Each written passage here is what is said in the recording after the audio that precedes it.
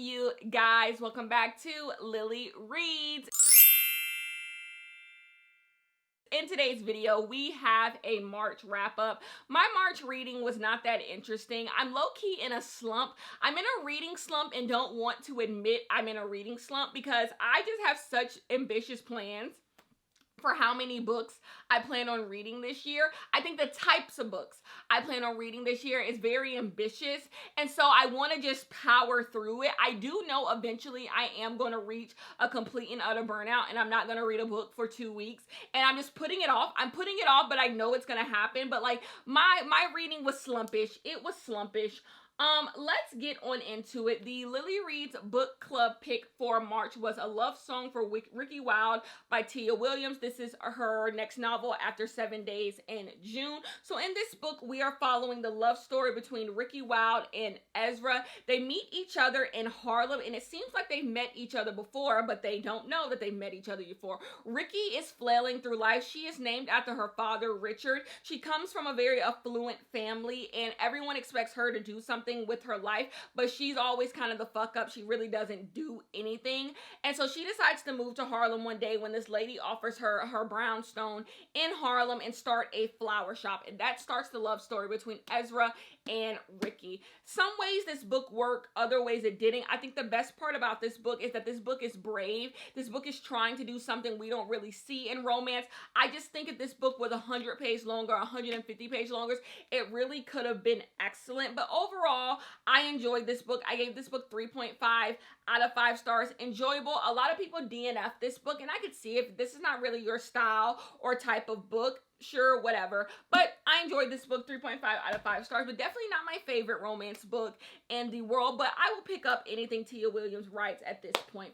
The next book we have is The Chain. This is a suspense novel. So in this book, we are following a woman who has just survived cancer, and she gets a call, and they tell her that her daughter has been kidnapped, and she has to complete 3 tasks, I believe, to get her daughter back. And at first, she's just like, I'm calling the police. I ain't doing no damn task. Y'all gonna give me my daughter back. But then they're like, actually, you're not gonna call the police, and this is why. And basically they threaten to kill her daughter. And so she quickly realizes she is not the first or the last. She is a part of this chain of people whose children are being kidnapped for some reason, and they all have to complete these tasks to get their daughters back. But one of the tasks is to kidnap somebody else's child, and that's how the chain keeps going. So in this book, we are trying to figure out why this chain exists, how to break the chain, and all that. This book is interesting enough. I think it has a great premise, but overall, I just don't think it has enough meat on the bones. I just think it kind of like falls off. It kind of just starts being like, okay.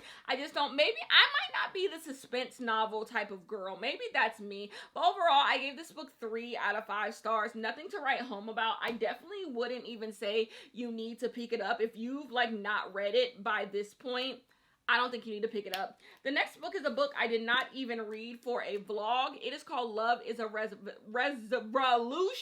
Love is a Revolution by Renee Watson. So in this book, we are following a girl who lives in Harlem. Ooh, we back in Harlem.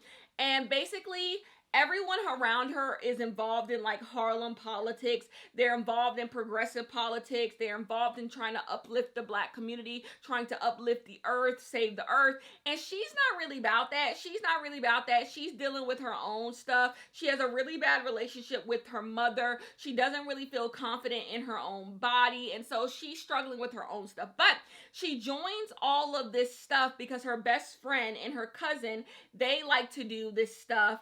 And so she does it, but she doesn't like it. Well, one day she meets this boy. This boy is a part of this Harlem uplifting group. And so she tries to like change herself in order for this boy to like her. And she starts to tell lies and, you know, of course, like all young adult books, it all comes crumbling down on her. This book had a lot of potential. I just don't think I cared about anything in particular. And I'm gonna be honest with you, our main character was kind of a bitch. Like, she was kind of like really fucking rude. Like, she complained a lot, which I don't mind a main character complaining, especially in a young adult book, because it reads as true, you know? That's how little kids are. But like, she didn't have nothing nice to say about nothing. And it's kind of like, girl, what do you like about life? And so you stop rooting for her at some point. At some point, it just became like, here she go complaining again. Here she go complaining. And so this one didn't really work for me. I gave this book 2 out of 5 stars, maybe 2.5 if I'm being generous.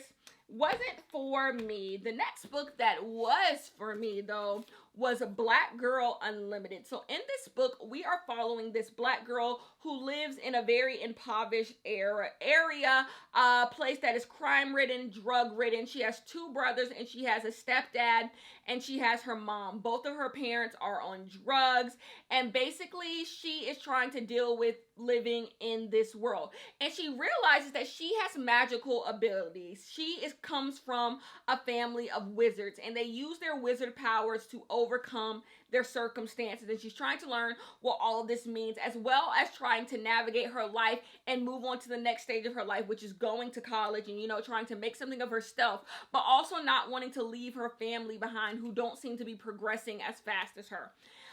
This book is excellent. 5 out of 5 stars. It is so good. It is so thoughtful. It is everything that these types of books should be. Oftentimes, you get books that do take place in urban settings or impoverished settings or in crime-ridden, drug-ridden areas, and there's not care put into them. There's not care, and it can lean mockery.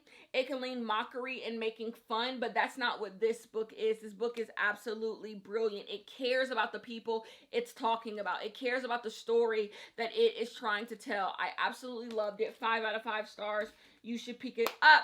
Next book, speaking of care about the things that it's talking about, we have Homegoing by Zadie. In this book, we are following the story of 2 half-sisters, both of them coming from Africa. One being able to marry a rich white person and live a life of leisure. The other one becoming a victim of the slave trade. And we're following both of their lineages after those 2 things happen.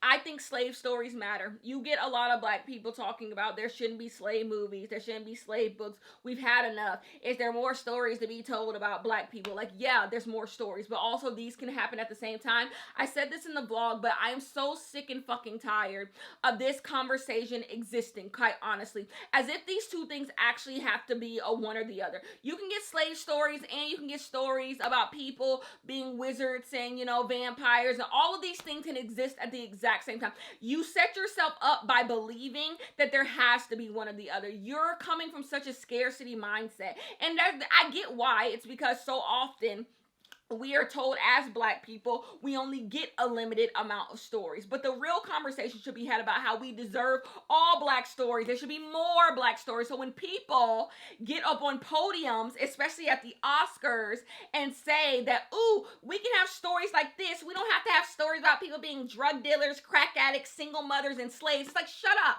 Shut up. They don't have to be one or the other. It's tiresome because the conversation is about care. The conversation is about care. It's the care that people put in the story. You can give me a story about a rich black family and it can be full of a bunch of stereotypes, bullshit, and mess. The same way you can give me stories about slavery and it can be full of trauma and disgustingness and no care and there's no thought and it's for white people and it doesn't show the richness of blackness. Both of these things can fall into the same pitfalls. They can fall into the same trap of not actually giving a damn about black storytelling, about not actually caring about its subject matter, about not actually humanizing its subject matter. It does not matter where the story takes place. It does not matter. The issues with a lot of black media is that it's made without black people in mind. It's made without trying to humanize its subject matter, without having any care for its subject matter. That's the issue. But I say all that to say, Homegoing is a story about slavery, and it's brilliant, and it's absolutely brilliant, and it talks about how everything is a connection to each other. That's why we don't have to have this binary, one or the other, this or that, because they're all in conversation with each other. A story about black people being rich is 100% in conversation with the story about black people being slaves. You don't get one without the other. It's all in conversation. It's all a part of the black experience, and all of it matters. 5 out of 5 stars. I very much so enjoyed that book. The next book we have is The Catch. This is probably the book I think about the most, quite honestly. So in this book, we are following a 20-something-year-old white woman whose father just died. And when her father dies, he writes a will, and she ends up getting a coat rack in the will, and she's really upset because she thought she would get her father's prize baseball because he wrote a poem about her called The Catch, and it was about them playing baseball. So she always thought that was the most important memory to her father as it pertained to her. But when she got this coat rack, she was pissed off, and she wanted to get to the root of why her father left the baseball to somebody else and not her. This book, at the root of it, is a story about grief. It's a story about father and child dynamics and the relationship parent and child dynamics, and I really enjoyed this book. I thought this book was thoughtfully done. I said this in my review in the vlog. If this author had a little bit more, was a bit longer in the tooth, had a bit more gray in their beard, this book could have been excellent. I really enjoyed this book, and I think you should pick it up. The next book that I really enjoyed was My Brilliant Friend by Elena Ferrante. So in this book, we are following two girls who live in Italy in the 1950s. They are both poor, they're dealing with violence, they're dealing with crime, and all of this stuff. That's why I say it's so interesting. It's so interesting that people would have no problem with a white story dealing with crime and, violence and, all of this type of stuff existing, but like they'd be like, ooh, this book shouldn't exist, and it deals with the same thing. Like, everyone deals with this, like same shit. Like, but why do you have no problem with this? It's because white people have so much media, right? So that's the conversation. The conversation is just for more media for black people, and you wouldn't have such an issue with other types of media. Anyway, it's about these two best friends and everything that they're doing and growing up, and how, their lives kind of diverge from being best friends growing up. This book is really thoughtfully done. I think it masters the storytelling of young girls being friends. Like, the way these two characters talk to one another is so real and so raw, and what happens to them in this story is also really real and really raw. I give this book 4 out of 5 stars. I will be continuing in the series when I can get my hand on the next books. I just haven't made a priority to get my hands on them, but I will be continuing in the series.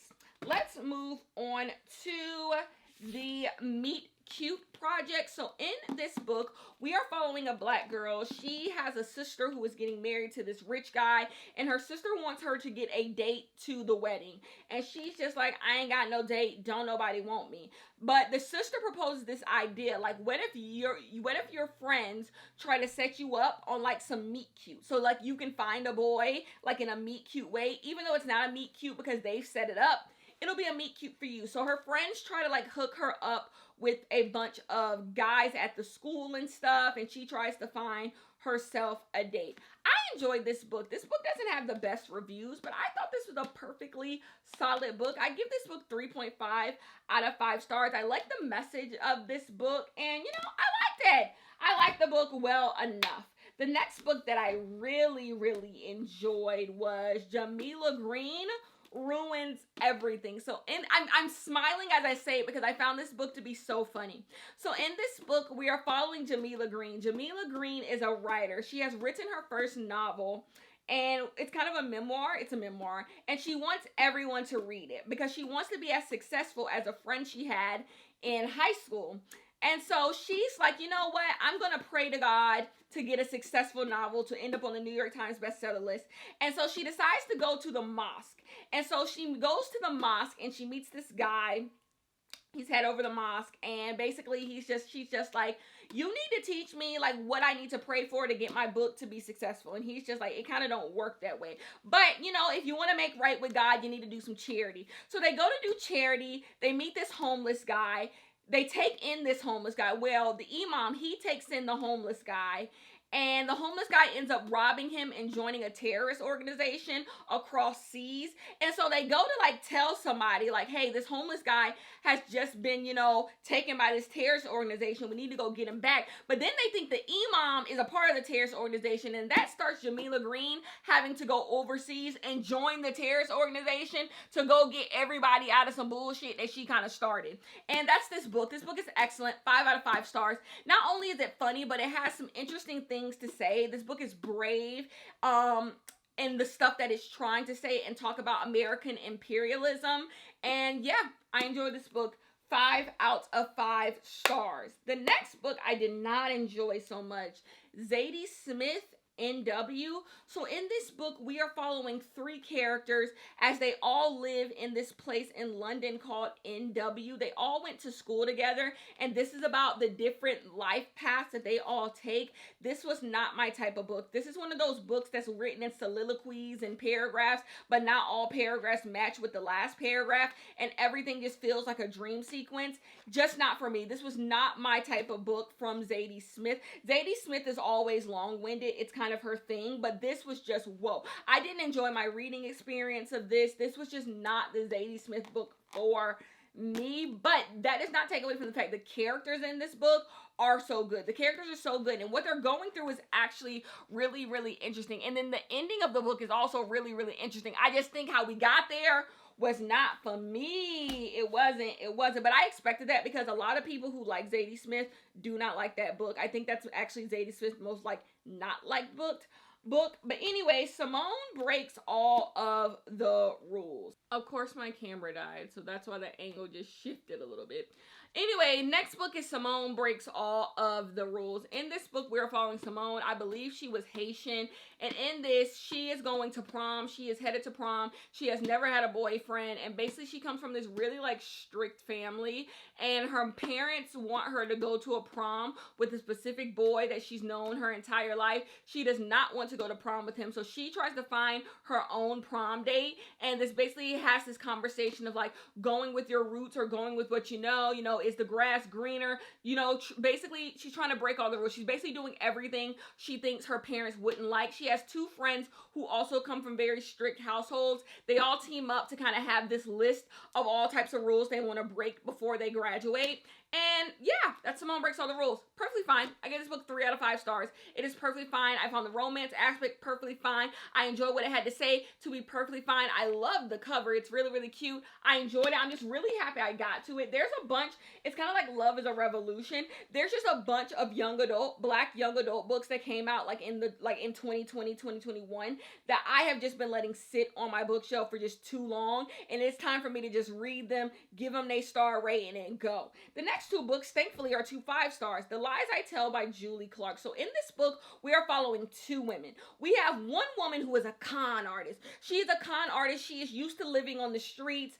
Her mother got duped out of their house when she was a teen, and basically she's been, living post to pillar ever since. And basically she, finds people and she steals their money. But she kind of made her name as a con artist when she met back up with this guy from high school, a guy who was her teacher. She met back up with him as she's an adult now, and she started a relationship with him, and she uncovered that he had an inappropriate relationship with a high school age girl when he was her teacher. And so this kind of got her on the radar of another woman, because this other woman is kind of looking into her and kind of saying, what have you been up to? What's going on with your life? And this is kind of how we get into this cat and mouse game between these 2 ladies, one lady trying to catch the other, and this other lady trying to, have her own agenda of why she's been scamming people. Very, very good. I like the message of it. I enjoyed it. It's a really, really good book. It's my type of book. I just love these types of thrillers where you get into the minds of these women and they have, all types of motives. I just love this book. 5 out of 5 stars. I think out of all the books, maybe this next one too, my favorite reading experience of the year. Also Jamila Green. I really enjoyed Jamila Green. The last book, didn't read for a video. The White Coat Diaries. I bought this book a long time ago, but I finally read it. So this book is about an Indian woman. She is in residency. And basically, she is trying to become a doctor because her dad died and he was a doctor, and she wants to kind of live up to his name.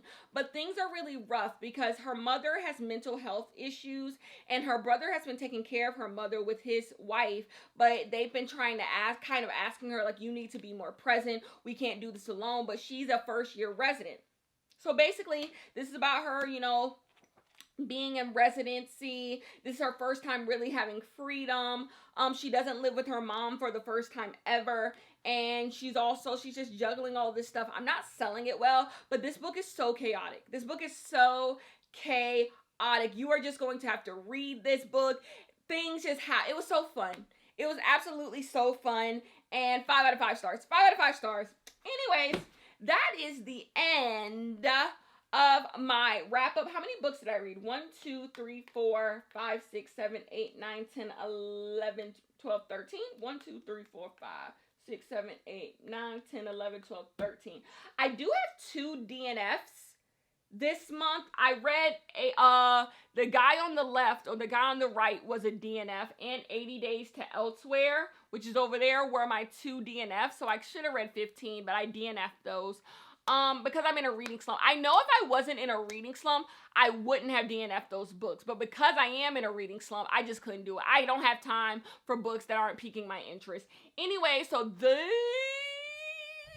are the books that I read this month. And yeah, let's hope April is a little bit better. Can we hope? I'm saying that, but like, let's count our 5-star reads. We had 1, we had 2, we had 3, we had 4, we had 5, we had 6 5-star reads. So actually I'm being dramatic. I think it's because if it wasn't 5 stars, it was kind of nothingness to me. I had a lot of 3 stars. I kind of went between 5 and 3, so that's why I feel so like blah. But I had 6 5 stars in the month of March. That's kind of a win. That's kind of a win for me. Anyways, I love you guys so much, and I'll see you in the next one.